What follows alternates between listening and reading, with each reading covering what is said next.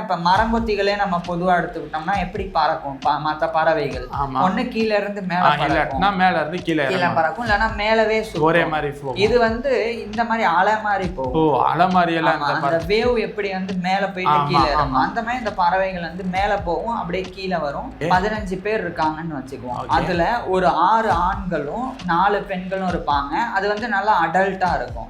அதாவது இந்த மேட்டிங் பண்றதுக்கு தகுதி எல்லாம் இருக்கும். ஸோ அதெல்லாமே வந்து பிரீடர்ஸ், அது அவங்களுக்கு வந்து பேரு. மிச்சம் 5 இருக்கும்ல, அது வந்து இவங்களுக்கே போன வருஷம் பிறந்த குஞ்சுகளா இருக்கும். அது வந்து ஹெல்பர்ஸா இருக்கும். அது ஏன் ஹெல்பர்ஸ்ன்னு சொல்றாங்க? ஒரு ஆண் வந்து அதுல இருந்து பிரிஞ்சு போகுதுன்னு வச்சுக்கோங்க. அங்க இருந்து கொஞ்சம் தூரம் தள்ளி போயிட்டு அங்க வந்து இந்த மரத்தை வந்து கொத்தி சிக்னல் கொடுத்து வேற ஏதாவது ஒரு பெண்ணை ஈர்க்கும். இப்போ இவங்க வந்து சண்டையே நடக்காது இவங்களுக்குள்ள, எனக்கு தான் இவன் எனக்கு தான் அவன் சொல்றேன். ஆனா இது சேரும் போது வேற ஒரு மேட்டர் நடக்கும். என்னன்னா, இப்ப அந்த முட்டை போடும்ல, அந்த முட்டை போடுற இடத்துலதான் சாப்பாடையும் சேமிக்கும், முட்டையும் அதே இடத்துல போடுமா இல்ல ரெண்டுமே வேற வேற இடத்துல போடும்? இப்ப எக்ஸ் போய் முட்டை போட்டுட்டு அந்த பொந்துல போட்டுட்டு வெளியே வந்துடும். வந்த உடனே இப்ப 2வது பெண் ஒய் போகுது அப்படின்னா, நான் முட்டை போடுறதுக்கு முன்னாடி இது போட்டுருச்சு, இந்த மெயினான இடத்துல இது போய் முட்டை போட்டிருக்குன்னு அதை உடச்சி விட்டுரும். இவங்களுக்குள்ளே அப்ப சண்டை வந்துடும். சண்டை இல்ல, இது எக்ஸ் இல்லாதப்போ இது பண்ற. ஆமா, அது சண்டை. அந்த ஒரு கோவத்துல தானே உடைக்குது அந்த முட்டையை. உடைச்சிட்டு இது வந்து அந்த இடத்துல முட்டை போட்டோம். இப்ப என்ன நடக்கும்னா, எக்ஸ் மறுபடியும் திரும்பி வரும். வரும்போது அந்த முட்டைய தன்னுடைய முட்டைன்னு நினைச்சிட்டு உடைக்காம இன்னொரு முட்டை அந்த இடத்துல போட்டுட்டு அது வெளியே போகும். ஒய் திரும்பி வரும்போது நம்ம முட்டை ஒண்ணுதான், ஆனா இப்ப 2 இருக்கே, எது எக்ஸ் அதுக்கு தெரியாது. அப்ப உடைக்காது, அதுவும் வந்து முட்டை போடும். இப்ப 3 முட்டையா. சோ இப்படியே முட்டை போட்டு இப்போ இதுல இந்த கேள்வி கேட்க கூடாது, இருந்தாலும் கேட்கிறேன்.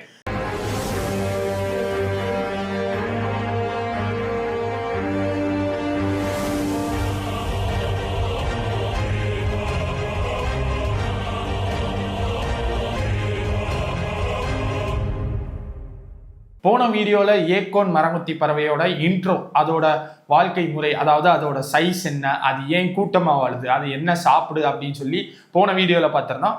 அந்த வீடியோவோட கடைசியிலே சொல்லியிருந்தோம் ஏக்கோன் மரங்கொத்தி பறவைகளோட இனச்சேர்க்கை முறை எப்படி இருக்கும், அதோட முட்டையோட சுவாரஸ்யமான விஷயங்கள் எப்படி இருக்கும்ட்டு அதை இந்த வீடியோல பார்க்க போறோம். ப்ரோ, ஃபர்ஸ்ட் ஒரு ஏக்கோன் மரங்கொத்தி பறவைக்கு எந்த வயசுல ப்ரோ செக்ஷுவல் மெச்சூரிட்டி வரும்? இதுக்கு செக்ஸுவல் மெச்சூரிட்டினா அது ஒரு வயசுலயே வந்துடும்.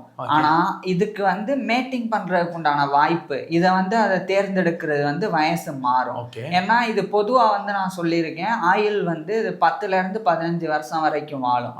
இப்ப இது வந்து கூட்டமா தானே வாழும். இப்ப கூட்டமா வாழுது அப்படின்னால எப்படின்னா, இப்ப ஒரு கூட்டத்துல ஆவரேஜா 5ல இருந்து 6 பேராவது இருப்பாங்க. அந்த 6ல 2 பேர், இப்ப 3 ஆண் 2 பெண் இருக்கலாம். அந்த அவங்க வந்து பிரீடர்ஸ் அப்படின்னு சொல்லி. இப்போ இந்த 3 ஆண் இந்த 2 பெண்ணுன்றத எப்படி ப்ரோ இவங்களே குரூப்பா சேருவாங்க? எப்படி சேருவாங்கன்றத சொல்றேன். இப்ப பொதுவா நம்ம வந்து 5, 6ன்றத விட ஒரு 15 வச்சுக்குவோம். 15 பேர் இருக்காங்கன்னு வச்சுக்குவோம். அதுல ஒரு 6 ஆண்களும் 4 பெண்களும் இருப்பாங்க. அது வந்து நல்லா அடல்ட்டா இருக்கும். அதாவது இந்த மேட்டிங் பண்றதுக்கு தகுதி எல்லாம் இருக்கும். ஸோ அதெல்லாமே வந்து பிரீடர்ஸ், அது அவங்களுக்கு வந்து பேரு. மிச்சம் 5 இருக்கும்ல, அது வந்து இவங்களுக்கே போன வருஷம் பிறந்த குஞ்சுகளா இருக்கும். அது வந்து ஹெல்பர்ஸா இருக்கும். அது ஏன் ஹெல்பர்ஸ்ன்னு சொல்றாங்க, இவைகளை ஏன் பிரீடர்ஸ்ன்னு சொல்றாங்கன்னா, இவைகள் வந்து அந்த சீசன் வந்தா மேட்டிங் பண்ண ஆரம்பிச்சிடும். ஏக்கோன் பறவைகளுக்கு வந்து, ஏக்கோன் மரங்கொத்திகளுக்கு சீசன் அப்படின்றது ஏப்ரல் டு ஜூலை.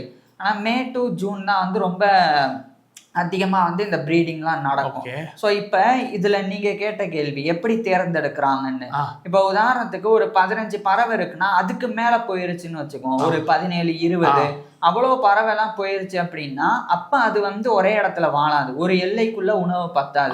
அப்ப அந்த குரூப்ல இருந்தே 2-3 தனித்தனியா கிளம்பி தனித்தனியா போயிடும். அது எப்படி ப்ரோ இவங்க தான் தனியா போகணும்னு அவங்க ஒரு குரூப்ல இருக்கிற ஒரு ஹெட் சொல்லுவாங்களா, இல்ல அவங்களே இல்ல இது கொஞ்சம் கஷ்டமா இருக்கு அப்படின்னு சொல்லி ஏக்கோன் மரங்கொத்தி பறவையே தனியா போயிருமா? ஆமா, அதுல இருக்கிறதே வந்து தனியா போயிடும். உதாரணத்துக்கு இப்ப ஒரு 17 இருக்குன்னு வச்சுக்கோங்க, ஒரு இதுக்கு வந்து சரியாவே உணவு கிடைக்கலன்னு வச்சுக்குவோம், அதனால அந்த போட்டி போட்டு சாப்பிட முடியல. அப்ப என்ன செய்யும்னா, இது நமக்கு சரிப்பட்டு வராதுன்னு தனியா போயிடும்.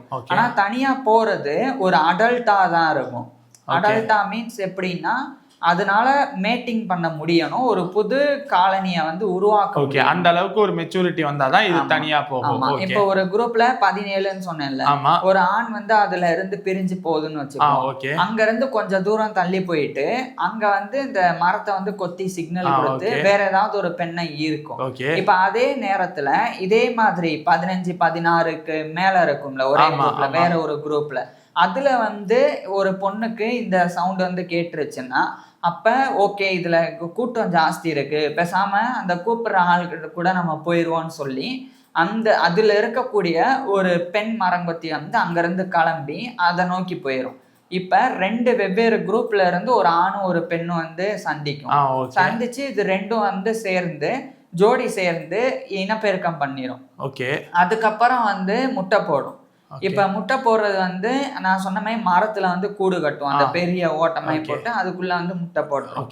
இப்ப அந்த முட்டை போடும்ல, அந்த முட்டை போடுற இடத்துலதான் சாப்பாடையும் சேமிக்கும், முட்டையும் அதே இடத்துல போடுமா இல்ல ரெண்டுமே வேற வேற இடத்துல போடுமா? வேற வேற இடத்துல. இப்ப இது வாழ்றதுன்றது ஒரு மரமா இருந்தா அந்த மர பொந்துல வந்து முட்டை போடும். ஆனா அதுக்கு கீழே பக்கத்துல எல்லாம் ஓட்டை, சின்ன சின்ன ஓட்டையில ஒவ்வொரு அக்ரூட் பருப்புகள், அந்த ஒரே ரூம் தான், அப்ப ஒரே வீட்டுல தான் எல்லாமே குடும்பமா வாழும். அப்படி இல்ல, அந்த ஒரு எல்லைக்குள்ள இருக்கக்கூடிய காஞ்ச மரம் எது கிடைச்சாலும் அதுல எல்லாத்துலயும் இந்த பருப்பை வந்து சேமிச்சு வைக்கும்.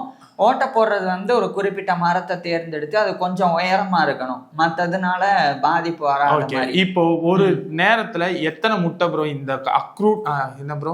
ஆமா, ஏக்கோன் மரங்கொத்த பறவையால போட முடியும்? எத்தனை முட்டைன்னா 3ல இருந்து 6 முட்டை. இப்ப இது தனியா பிரிஞ்சு வந்து போடுது. ஆமா, அதனால 3ல இருந்து 6 சொல்றேன். ஆனா இது சேரும் போது வேற ஒரு மேட்டர் நடக்கும். என்னன்னா இப்ப நான் சொன்ன மாதிரி வருவோம், 2 வந்து சேர்ந்து ஒரு 3 முட்டை போட்டுருச்சுன்னு வச்சுக்கோங்க. அந்த 3 முட்டையும் பொறிச்சு இப்ப 3 குஞ்சுகள் உருவாகிருச்சு. இப்ப குடும்பமா இப்ப 5 பேர் ஆயிருச்சு. 2 பேர் வந்து 5 பேர். இப்ப அந்த ஆண் வந்து மறுபடியும் அந்த கொத்துறது அந்த மாதிரி பண்ணும்போது வேற ஒரு குரூப்ல இருந்து இடம் பத்தாம வந்துருக்கும் ஒரு பெண்ணோ ஆணோ. இப்ப ஒரு ஆண் வருதுன்னா அந்த ஆணை வந்து இதை அலோவ் பண்ணிரும், ஏன்னா 5 பேர் தானே இருக்கான். சோ வந்த உடனே ஏற்கனவே இருக்கும்ல ஒரு பெண் மரங்கொத்தி, அது கூட இதுவும் போய் ஜோடி சேரும், இன சேர்க்கை பண்ணும். ஆமா, இது வந்து ஒரு மாதிரி எப்படின்னா கோஆபரேட்டிவ் பாலிஜெனாண்ட்ரி அப்படின்னு அர்த்தம். அதாவது மோனோகமஸ் அப்படின்னா ஒரே ஒருத்தர் கூட சேர்றது. பாலிகமஸ் அப்படின்னா ஒருத்தர் எத்தனை பேர் கூட வேணா சேரலாம். அதுவே வந்து கோஆபரேட்டிவ் பாலிஜெனாண்ட்ரி அப்படின்னா ஒரு பெண் கூட 2 ஆணும் சேருவாங்க ஒரே குரூப்லயே.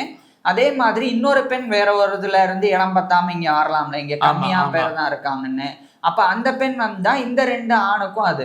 சோ இவங்க வந்து சண்டையே நடக்காது இவங்களுக்குள்ள, எனக்கு தான் இவன் எனக்கு தான் அவன், யாருக்கு எப்ப தோணுதோ யாரு கூட வேணா நடக்கும் அந்த மேட்டிங்கிறது. சோ அந்த மாதிரி இருக்கும். சோ இந்த மாதிரி குரூப் இப்ப வந்து 2 பேர் இருந்தது, வேற ஒரு ஆண் வந்தா அதையும் சேர்த்தாச்சு, வேற ஒரு பெண் வந்தா அதையும் சேர்த்தாச்சு. இப்ப 2 ஆண் 2 பெண் ஆயிடுச்சா. இப்ப அதுக்கு வந்து அடுத்த சீசன் வரும்போது முட்டை போடுதுன்னு வச்சுக்குவோம். இப்ப முதல் முட்டைய எக்ஸ்ன்னு ஒரு பெண் இருக்கு, ஒய் இந்த மாதிரி வச்சுக்குவோம். எக்ஸ் போய் ஒரு முட்டை போட்டுருச்சுன்னா அப்படியே அடகாக்க உட்காராது. பொதுவா இந்த பறவைகள் என்ன பண்ணும், எல்லா முட்டையும் போட்டு முடிச்சதுக்கு அப்புறம் தான் அந்த இன்குபேஷனே ஸ்டார்ட் ஆகும், உட்காந்து அடகாக்குறது. அப்ப முதல் முட்டை போட்டா அது அடகாக்க ஆரம்பிக்காது, அது 3ல இருந்து 6 முட்டை போடும்னு சொன்னேன்ல. அப்ப அந்த பெண் மரங்கொத்திக்கே தெரியும் எத்தனை முட்டை எது கடைசி முட்டைன்னு. ஸோ கடைசி முட்டை எதுன்னு அதனுடைய உடம்புக்கு தெரிஞ்ச பிறகுதான் அது வந்து உட்காந்து அடகாக்கவே ஆரம்பிக்கும். இப்ப என்ன நடக்கும்னா, இப்ப நான் சொன்னேன்ல 3ல இருந்து 6, இப்ப எக்ஸ் போய் முட்டை போட்டுட்டு அந்த பொந்துல போட்டுட்டு வெளியே வந்துடும். வந்த உடனே இப்ப 2வது பெண் ஒய் போகுது அப்படின்னா, நான் முட்டை போடுறதுக்கு முன்னாடி இது போட்டுருச்சு, இந்த மெயினான இடத்துல இது போய் முட்டை போட்டிருக்குன்னு அதை உடைச்சு விட்டுரும். இவங்களுக்குள்ளே அப்ப சண்டை வந்துடும். சண்டை இல்ல, இது எக்ஸ் இல்லாதப்போ இது பண்றது. ஆமா, அது சண்டை, அந்த ஒரு கோவத்துல தானே உடைக்குது அந்த மாதிரி உடைச்சிட்டு இது வந்து அந்த இடத்துல முட்டை போட்டோம். இப்ப என்ன நடக்கும்னா, எக்ஸ் மறுபடியும் திரும்பி வரும். வரும்போது அந்த முட்டைய தன்னுடைய முட்டைன்னு நினைச்சிட்டு உடைக்காம இன்னொரு முட்டை அந்த இடத்துல போட்டுட்டு அது வெளியே போகும். இப்ப ஒய் வந்து அடுத்த நாள், ஏன்னா இந்த பறவைகள் வந்து ஒவ்வொரு நாள் ஒவ்வொரு முட்டை போடும். 6 முட்டை போட்டா 5ல இருந்து 6 நாள் ஆயிரும். அப்ப இது எக்ஸ் வந்து 2வது முட்டை போட வரும்போது இதனுடைய முதல் முட்டை தான் அதுன்னு நினைச்சிட்டு அப்படியே பக்கத்துல போட்டு போயிரும். ஒய் திரும்பி வரும்போது நம்ம முட்டை 1 தான், ஆனா இப்ப 2 இருக்கே, எது எக்ஸ்ன்னு அதுக்கு தெரியாது. அப்ப உடைக்காது, அதுவும் வந்து முட்டை போடும். இப்ப 3 முட்டையா. சோ இப்படியே முட்டை போட்டு எத்தனை முட்டை வருதோ அதுக்கப்புறம் எல்லாரும் சேர்ந்து அடகாக்கும். கொஞ்ச நேரம் எக்ஸ் போய் எல்லா முட்டையும் சேர்த்து அடகாக்கும். அடுத்து கொஞ்ச நேரம் ஒய் போய் அடகாக்கும். அடுத்து இவங்களுடைய அந்த 2 ஆண்கள் அவங்களும் அந்த டைமிங் பார்த்து அடகாக்கும். குறிப்பா நைட் ஷிஃப்ட்லாம் பார்க்கும். அதுக்கப்புறம் இன்னொரு ஆண் வருதுன்னு வச்சுக்குவோம், அதுவும் ஜோடி சேரும். இன்னொரு பெண் வந்தா அதுவும் ஜோடி சேரும். இப்படியே ஜோடி சேர்ந்து அந்த முட்டை வந்து பொரிக்கும்ல.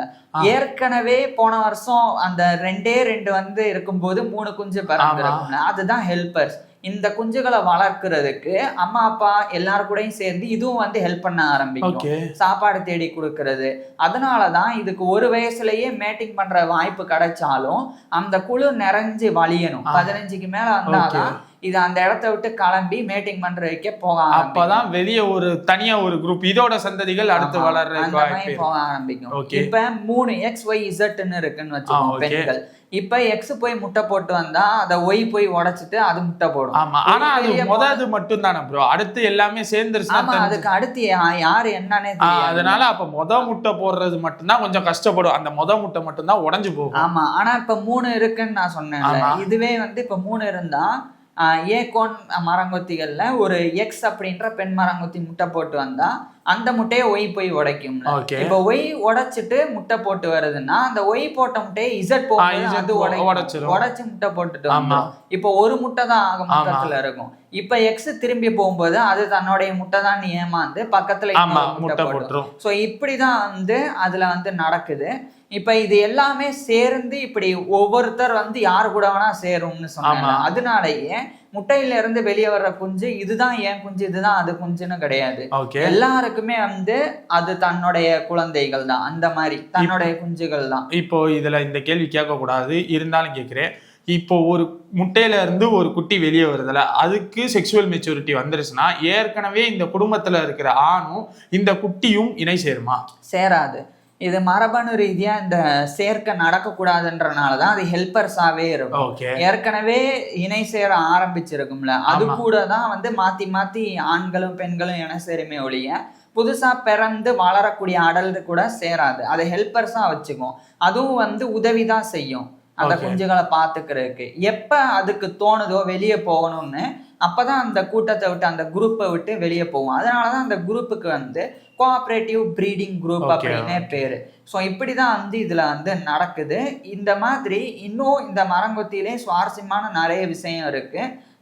குறிப்பா சொல்ல போனா இப்ப மரங்கொத்திகளே நம்ம பொதுவா எடுத்துக்கிட்டோம்னா எப்படி பறக்கும்? மற்ற பறவைகள் ஒண்ணு கீழ இருந்து மேல பறக்கும், மேல இருந்து கீழே பறக்கும், இல்லைன்னா மேலவே ஒரே மாதிரி. இது வந்து இந்த மாதிரி அலை மாதிரி போகும். அலை மாதிரி எல்லாம் அந்த வேவ் எப்படி வந்து மேல போயிட்டு கீழே இருக்கும், அந்த மாதிரி இந்த பறவைகள் வந்து மேல போகும், அப்படியே கீழே வரும், மறுபடியும் மேல போகும். அப்பதான் இந்த அடர்ந்த காட்டுக்குள்ள வந்து பறக்க முடியும். ஸோ அதனால ஆனா மரங்கொத்திகள் வந்து லாங் டிராவலர்ஸ் வந்து கிடையாது, ரொம்ப தூரம்லாம் பறக்க முடியாது. ஆனா ஒரு காட்டுக்குள்ள ஒரு இடத்துல இருந்து இன்னொரு இடம் போறதுக்கு அந்த மாதிரி பண்ணும். அதே மாதிரி இந்த ஏகோன் மரங்கொத்திகளை பொறுத்த வரைக்கும் ஒரு குரூப்பா இருக்கும்னு சொன்ன 15 பேர். அதுக்கு வந்து தேவையான அந்த ஓக் மரம் இருக்கும், அது சாப்பாடுக்கு அது வந்து ஒரு மாதிரி பட்டு போயோ இல்லைன்னா காஞ்சு போயிருச்சு, இதுல இருந்து இனிமே நமக்கு அந்த ஏகோன்ஸ்ன்ற பருப்புகள் கிடைக்காதுன்னு தெரிஞ்சா அந்த இடத்த காலி பண்ணிட்டு புதுசா இன்னொரு எல்லையை அந்த 15 பேரும் சேர்ந்து போய் உருவாக்கும். வேற ஒரு குரூப்ல இருந்து இவங்க ஏற்கனவே நிரம்பி வழியும் போது வந்தா அப்ப ஆக்ரோஷமா எல்லாரும் சேர்ந்து தடுக்கும், சண்டை போடும். ஸோ இவங்க எல்லாருமே இவங்களுடைய வாழ்க்கை எப்படி இருக்கும்னா அதுல இருக்கக்கூடிய எல்லா அப்பா மரங்கொத்திகளும் எல்லா குஞ்சுகளும் தான் குஞ்சுகள் நினைக்கும், அதே மாதிரிதான் தாயும். அதுக்கப்புறம் அந்த சிப்ளிங்ஸ் இருக்கும், ஏற்கனவே பிறந்தது எல்லாமே தன்னுடைய தம்பி தங்கைகள் தான் நினைக்கும்.